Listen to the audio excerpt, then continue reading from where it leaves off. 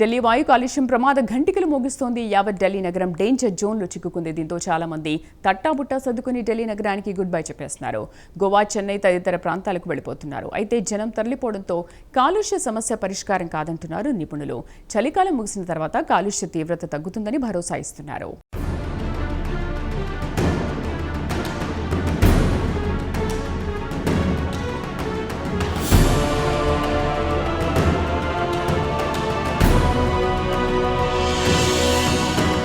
వాయు కాలుష్యం దెబ్బకు అనేక మంది ఢిల్లీ వాసులు నగరం విడిచిపెట్టి వెళ్లిపోతున్నారు. ఇప్పటికే చాలా మంది గోవా, చెన్నై తదితర ప్రాంతాలకు తరలి వెళ్లారు.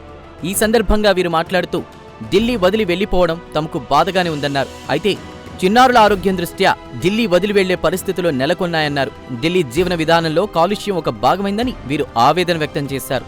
ఈ పరిస్థితుల్లో ఢిల్లీలో చిన్నారులను పెంచడం చాలా రిస్క్తో కూడుకున్న పని అని వీరు వెల్లడించారు.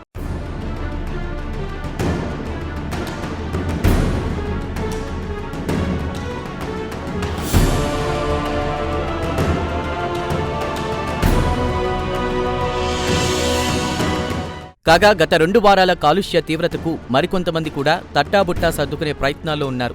చాలా మంది ఇప్పటికే ఈ విషయమై ఒక నిర్ణయానికి వచ్చినట్టు తెలుస్తోంది. వేరే ప్రాంతాల్లో వేతనం తక్కువగా ఉన్నప్పటికీ ఆరోగ్య కారణాల రీత్యా అక్కడికే వెళ్లిపోవాలని డిసైడ్ అయినట్లు అనేక మంది ఢిల్లీ వాసులు పేర్కొన్నారు.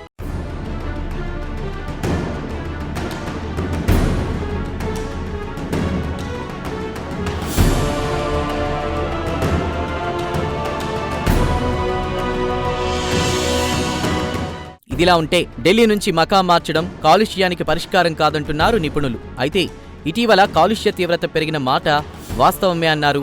చలికాలంలో కాలుష్య తీవ్రత చాలా ఎక్కువగా ఉంటుందని నిపుణులు పేర్కొన్నారు. ప్రస్తుతం ఈ కాలుష్యం తీవ్రత జనవరి నెల ముగిసేంత వరకు ఉండే అవకాశాలున్నాయన్నారు. కాగా కాలుష్యానికి చెక్ పెట్టే ప్రభుత్వాల చర్యలకు మద్దతివ్వాల్సిన బాధ్యత ఢిల్లీ ప్రజలపై ఉందన్నారు.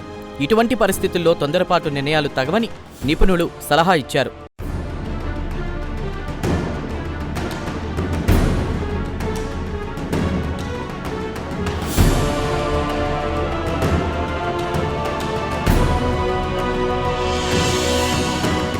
ఢిల్లీలో వాయు కాలుష్యం సమస్య ఇప్పటిది కాదు, అనేక సంవత్సరాలుగా ఉన్నది. అయితే గత 2 వారాలుగా ఈ సమస్య మరింత తీవ్రమైంది. ప్రధానంగా దీపావళి పండుగ తర్వాత ఎయిర్ పొల్యూషన్ పెరిగింది. గాలి నాణ్యతా సూచి ప్రమాద ఘంటికలు మోగిస్తోంది. ఒక దశలో నగరంలోని ఆనంద విహార్తో పాటు మరికొన్ని ప్రదేశాలు ఏమాత్రం సురక్షితం కావన్న అభిప్రాయం సర్వత్రా వ్యక్తమైంది.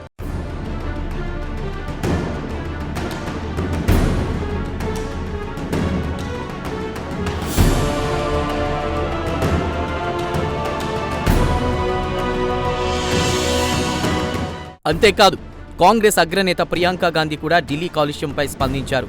కాలుష్యంపై రాజకీయ పార్టీలన్నీ ఒకే తాటిపైకి రావాల్సిన అవసరం కూడా ఉందన్నారు. ఈ సందర్భంగా కాలుష్యాన్ని నియంత్రించడానికి రేఖా గుప్తా నాయకత్వంలోని ఢిల్లీ సర్కార్ చేపట్టే అన్ని చర్యలకు కాంగ్రెస్ మద్దతుంటుందని ప్రియాంక గాంధీ పేర్కొన్నారు.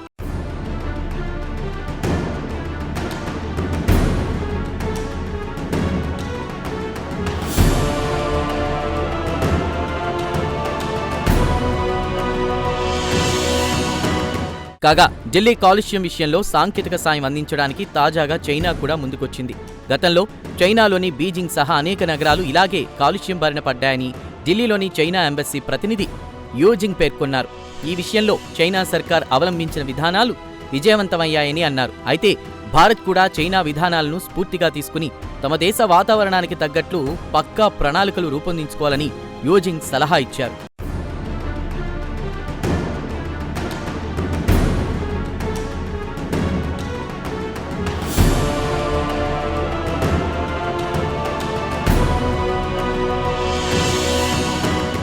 వాయు కాలుష్యం ఈ పేరు వినగానే ఎవరికైనా టక్కున గుర్తుకొచ్చేది ఢిల్లీ నగరమే. కాగా ఒక దశలో ఢిల్లీలో ఉంటే గ్యాస్ ఛాంబర్లో ఉన్నట్లే అని సాక్షాత్తు ఢిల్లీ హైకోర్టు వ్యాఖ్యానించింది. ఢిల్లీ హైకోర్టు చేసిన ఈ వ్యాఖ్య వాయు కాలుష్య తీవ్రతకు అద్దం పడుతుంది. కాలుష్యాన్ని నియంత్రించడానికి ఒక దశలో గతంలోని ఢిల్లీ ప్రభుత్వం వాహనాలకు సంబంధించి సరీ బేసి సంఖ్యల విధానాన్ని కూడా అమలు చేసింది. కాగా తాజాగా క్లౌడ్ సీడింగ్ టెక్నాలజీ ద్వారా కృత్రిమ వానలు కురిపించడానికి కూడా ఢిల్లీ సర్కార్ తన వంతు ప్రయత్నాలు చేసింది. అయితే ఇవేవి కాలుష్యాన్ని కట్టడి చేయడంలో ఆశించిన ఫలితాలు ఇవ్వలేకపోయాయి.